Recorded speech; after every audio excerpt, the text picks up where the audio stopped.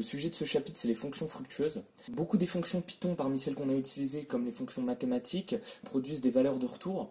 Cependant, les fonctions qu'on a écrites sont vides.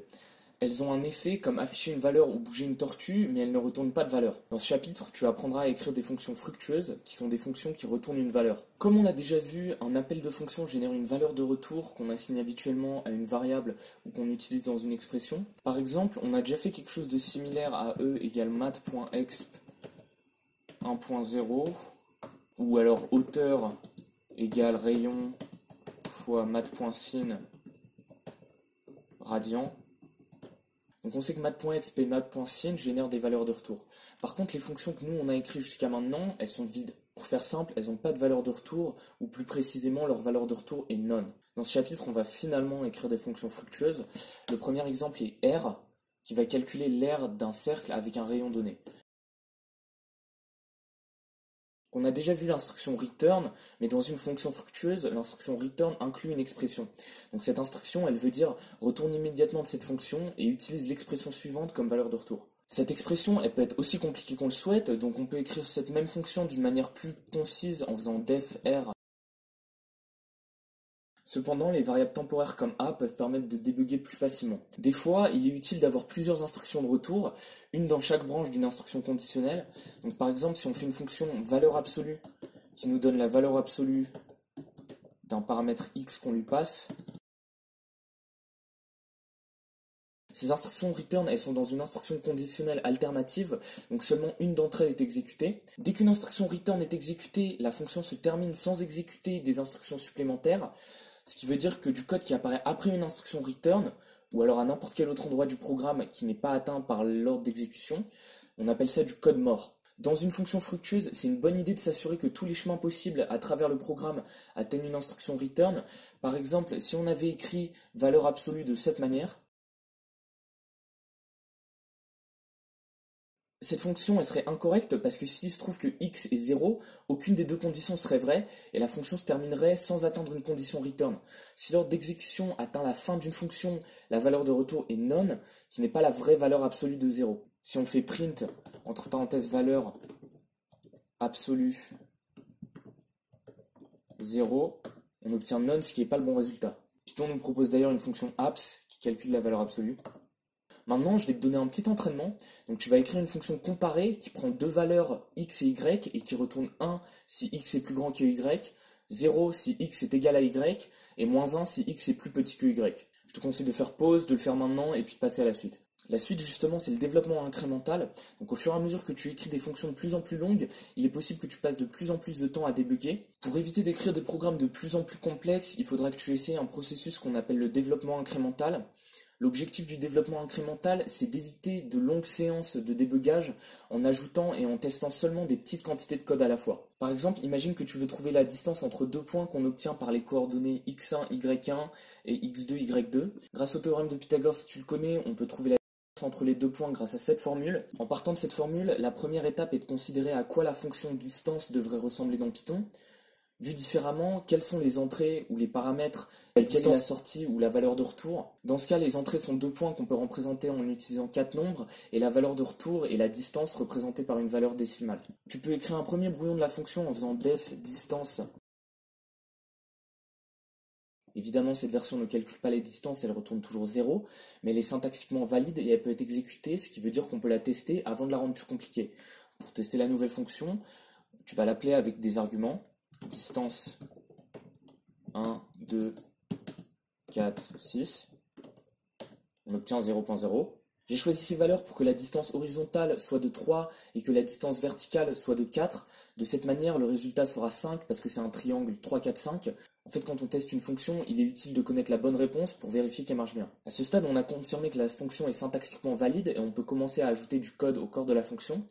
La prochaine étape va être de trouver les différences x2 moins x1 et y2 moins y1. La prochaine version sauvegarde ces valeurs dans des variables temporaires et les affiche. Donc je vais l'écrire maintenant.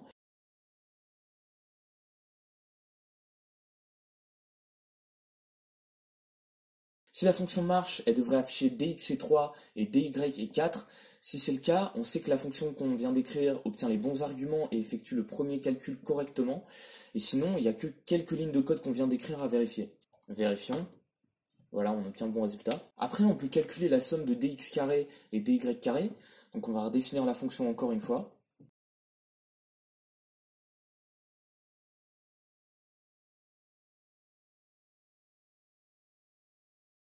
Encore une fois, il faut qu'on exécute le programme à ce stade et vérifier le résultat. Il devrait être 25. On obtient bien 25. Finalement, tu peux utiliser math.sqrt pour calculer et retourner le résultat. Donc on va redéfinir une dernière fois la fonction.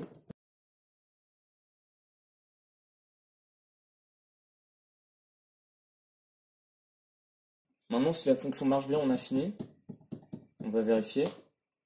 On obtient bien 5. Autrement, tu peux essayer d'afficher la valeur de résultat avant l'instruction return pour essayer de comprendre ce qui marche pas. Bien sûr, là je fais la démonstration en mode interactif, mais l'intérêt du développement incrémental, c'est en mode script où tu peux modifier la fonction plutôt que de la réécrire à chaque fois. La version finale de la fonction, elle affiche rien quand elle est exécutée, elle retourne uniquement une valeur. Les instructions print qu'on a écrites sont utiles pour débugger, mais une fois que la fonction marche, il faut les retirer. Quand on écrit du code de ce genre, on appelle ça de l'échafaudage parce que c'est utile quand on construit le programme, mais ça fait pas partie du produit final. Quand tu commences, tu devrais ajouter seulement une ou deux lignes de code à la fois avant d'exécuter et de débugger le programme. Et au fur et à mesure que tu accumules plus d'expérience, tu devrais te retrouver à écrire et débugger des plus gros bouts de code. En tout cas, le développement incrémental peut t'économiser beaucoup de temps de débugage parce que dès qu'il y a un problème, tu sais exactement où il est. Les étapes importantes du processus sont: commence avec un programme qui fonctionne et fais des petits changements incrémentaux. À tout moment, s'il y a une erreur, tu devrais avoir une bonne idée d'où elle vient. Ensuite, utilise des variables pour stocker des valeurs intermédiaires pour pouvoir les afficher et les vérifier. Une fois que le programme fonctionne, tu peux retirer l'échafaudage ou consolider plusieurs instructions en une expression, mais seulement si cela ne rend pas le programme illisible. Je vais te donner un autre petit entraînement à faire maintenant. Tu vas utiliser le développement incrémental pour écrire une fonction nommée hypoténuse qui retourne la longueur de l'hypoténuse d'un triangle rectangle à partir des deux autres côtés comme argument. Puis t'enregistres ton script à chaque étape du processus de développement. Petit rappel du théorème de Pythagore, pour calculer l'hypoténuse, il suffit de se servir de cette formule où ça c'est un côté et ça c'est un autre côté, donc A par exemple et B. Donc l'hypoténuse est égale à la racine de A carré plus B carré. Maintenant on va voir un peu comment on peut composer les fonctions fructueuses. Donc comme tu le sais déjà, tu peux appeler une fonction dans une autre. Par exemple, nous écrivons une fonction qui prend deux points, le centre d'un cercle et un point sur le périmètre, et puis qui calcule l'aire du cercle. Suppose que le point central est stocké dans les variables xc et yc, et le point sur le périmètre dans xp et yp. La première étape est de trouver le rayon du cercle, qui est la distance entre les deux points. Donc je vais définir des variables. On vient d'écrire une fonction distance qui calcule la distance entre deux points. Donc on peut faire rayon égale distance, entre parenthèses, xc, yc, xp, yp. La prochaine étape est de trouver l'aire du cercle de ce rayon. Nous venons d'écrire une fonction qui fait ça également, donc on peut faire résultat égale R entre parenthèses rayon. Finalement, on peut encapsuler ces étapes dans une fonction.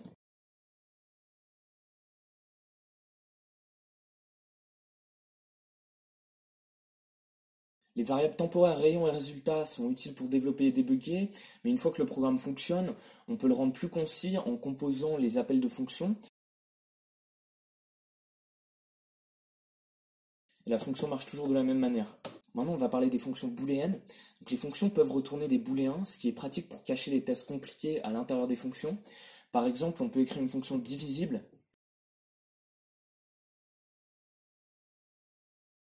Normalement, on donne un nom aux fonctions booléennes qui ressemble à une question à laquelle on peut répondre par oui ou non.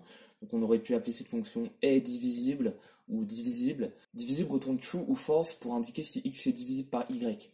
Voici un exemple. Si on fait divisible 6, 4, on obtient false. Si on fait divisible 6, 3,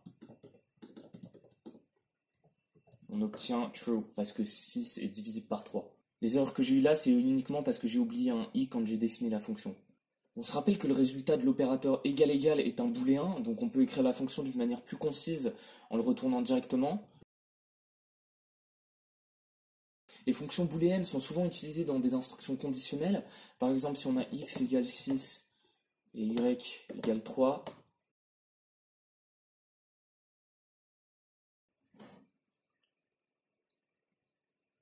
cela pourrait être tentant d'écrire quelque chose comme if divisible x, y égale true, deux points, mais la comparaison additionnelle n'est pas nécessaire. Comme entraînement, écris une fonction est entre x, y, z, qui retourne true si x est plus petit ou égal à y, qui est plus petit ou égal à z, et false sinon. En gros, si y est entre x et z.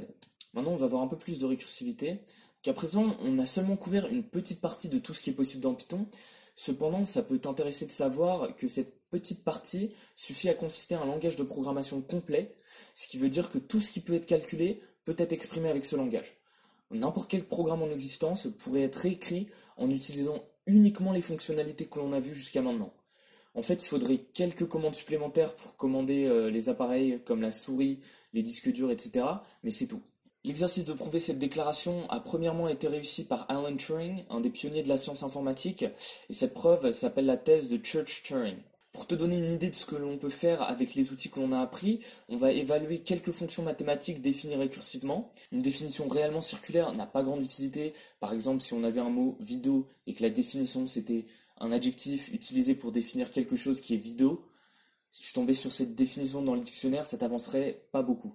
Par contre, si tu cherchais la définition de la fonction factorielle, qui est dénotée par un point d'exclamation, tu pourrais trouver quelque chose comme 0 factoriel égale 1, et puis n factoriel égale n entre parenthèses n-1 factoriel.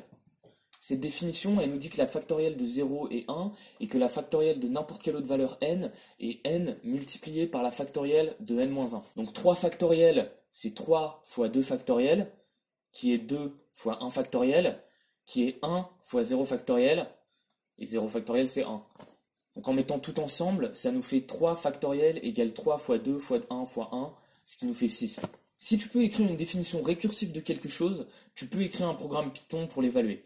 La première étape, c'est de décider ce que les paramètres doivent être. Donc dans ce cas, c'est clair que factoriel prend un nombre entier. Si l'argument est 0, on peut direct retourner 1. Sinon, et voilà la partie intéressante, on fait un appel récursif pour trouver le factoriel de n-1 et puis on le multiplie par n.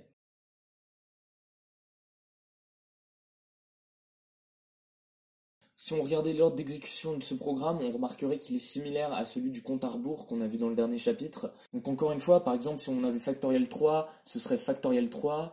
On arrive ici, on fait factoriel 2. On revient là, on arrive ici, on fait factoriel 1. On arrive ici, factoriel 0. Et donc on fait if n égale 0, on retourne 1. Puis on retourne le résultat de factoriel 1. Puis on retourne le résultat de factoriel 2. Et puis finalement, on retourne le résultat de factoriel 3. Cette technique de suivre l'ordre d'exécution, c'est une bonne manière de lire les programmes, mais ça peut vite devenir compliqué. Une technique alternative, c'est la technique que j'appelle avoir la foi. Et quand tu arrives à un appel de fonction, au lieu de suivre l'ordre d'exécution, tu fais confiance que la fonction marche correctement et retourne le bon résultat. En fait, tu utilisais déjà cette technique pour les fonctions qui sont déjà dans Python, c'est-à-dire que quand tu appelais math.cos ou math.exp ou math.sqrt, tu n'examinais pas le corps de ces fonctions, tu faisais juste confiance qu'elles marchent parce que les gens qui les ont écrits sont bons en programmation. C'est la même chose quand tu écris une de tes propres fonctions parce que tu peux te faire confiance. Par exemple, tout à l'heure, on a écrit une fonction divisible qui détermine si un nombre est divisible par un autre. Une fois qu'on s'est convaincu que cette fonction elle marche, en examinant le code et en la testant, on peut se servir de la fonction sans revérifier le corps à chaque fois. On peut dire la même chose des programmes récursifs, c'est-à-dire quand tu atteins l'appel récursif, au lieu de suivre l'ordre d'exécution, tu peux avoir confiance que l'appel récursif fonctionne, c'est-à-dire qu'il retourne le bon résultat, et puis te demander, en admettant que je peux trouver le factoriel de n-1, est-ce que je peux calculer le factoriel de n? Et il est clair que tu peux en multipliant par n. Bien sûr, c'est un peu étrange d'imaginer qu'une fonction marche correctement quand tu n'as pas fini de l'écrire, mais c'est pour ça que j'appelle cette technique avoir la foi. On va faire un exemple de plus. Donc après factoriel, l'exemple le plus connu d'une fonction mathématique définie récursivement, c'est Fibonacci. La définition de la suite de Fibonacci, c'est la suivante. Fibonacci 0, c'est 0. Fibonacci 1, c'est 1. Fibonacci n, c'est égal à Fibonacci n-1 plus Fibonacci n-2. En gros, les deux nombres d'avant dans la suite. Si on traduit ça en Python, ça ressemble à ça.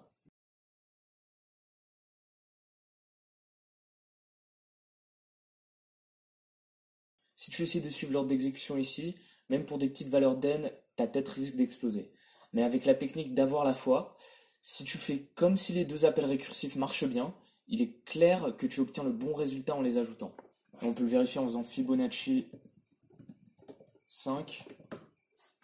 On obtient 5, ce qui est la bonne réponse. Maintenant, on va parler de l'utilité de vérifier les types. Donc, qu'est-ce qui se passe si on appelle factoriel en lui donnant 1,5 comme argument? On obtient une erreur qui ressemble à une récursivité infinie. Mais comment c'est possible?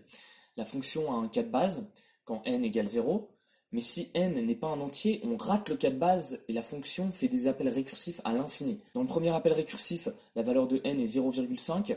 Dans le prochain appel, elle est de moins 0,5. Et à partir de là, elle descendra, mais elle ne sera jamais 0. On a deux choix.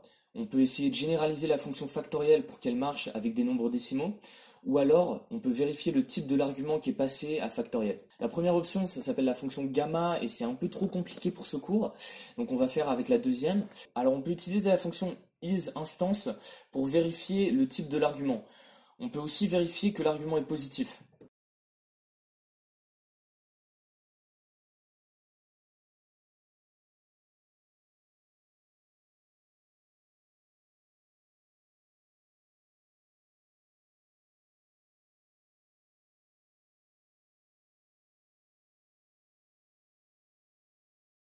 Donc, le premier cas de base s'occupe des non entiers, le deuxième s'occupe des entiers négatifs. Dans les deux cas, le programme affiche un message d'erreur et retourne none pour indiquer que quelque chose n'a pas marché. Par exemple, si on fait print, entre parenthèses factoriel, entre parenthèses Pierre, entrée, on obtient factoriel est défini uniquement pour les nombres entiers et none. De la même manière, si on fait print factoriel parenthèse moins 2, factoriel est défini uniquement pour les nombres entiers non négatifs. Si on passe les deux vérifications, on sait que n est positif ou 0, donc on peut prouver que la fonction récursive se termine. Ce programme démontre un modèle qu'on appelle un gardien. Les deux premières conditions agissent comme gardien en protégeant le code qui suit des valeurs qui pourraient causer une erreur. Les gardiens permettent de prouver la validité du code. Dans le chapitre 11, on verra une manière plus flexible d'afficher une erreur en levant une exception. Comme d'habitude, je vais donner quelques conseils pour débugger. Donc, découper un gros programme en plus petites fonctions, ça crée des points de contrôle naturels pour débugger. Si une fonction ne fonctionne pas, il y a trois possibilités à considérer. Soit il y a un problème avec les arguments que l'on passe à la fonction, c'est-à-dire qu'une précondition n'est pas respectée. Soit il y a un problème avec la fonction, c'est-à-dire une post-condition n'est pas respectée. Finalement, il peut y avoir un problème avec la valeur de retour ou la manière dont elle est utilisée. Pour éliminer la première possibilité, on peut ajouter une instruction print au début de la fonction pour afficher la valeur des paramètres et peut-être leur type. Ou alors, on peut écrire du code qui vérifie les préconditions de manière explicite. Si les paramètres sont bons, on peut ajouter une instruction print avant chaque instruction return pour afficher la valeur de retour. Si c'est possible, on vérifie le résultat à la main. Le but ici, c'est d'appeler la fonction avec des valeurs qui sont faciles à vérifier. Comme ça, on a confirmation que notre fonction marche bien. S'il nous semble que la fonction marche, on peut regarder l'appel de fonction pour vérifier que la valeur de retour est bien utilisée. L'ajout d'instructions print au début et à la fin d'une fonction peut nous aider à rendre l'ordre d'exécution plus visible. Par exemple, voici une version de factoriel avec des instructions print.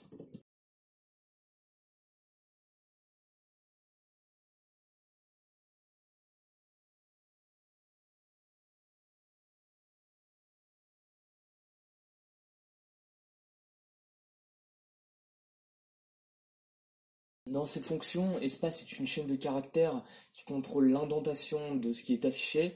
Donc voici le résultat si on fait factoriel 4.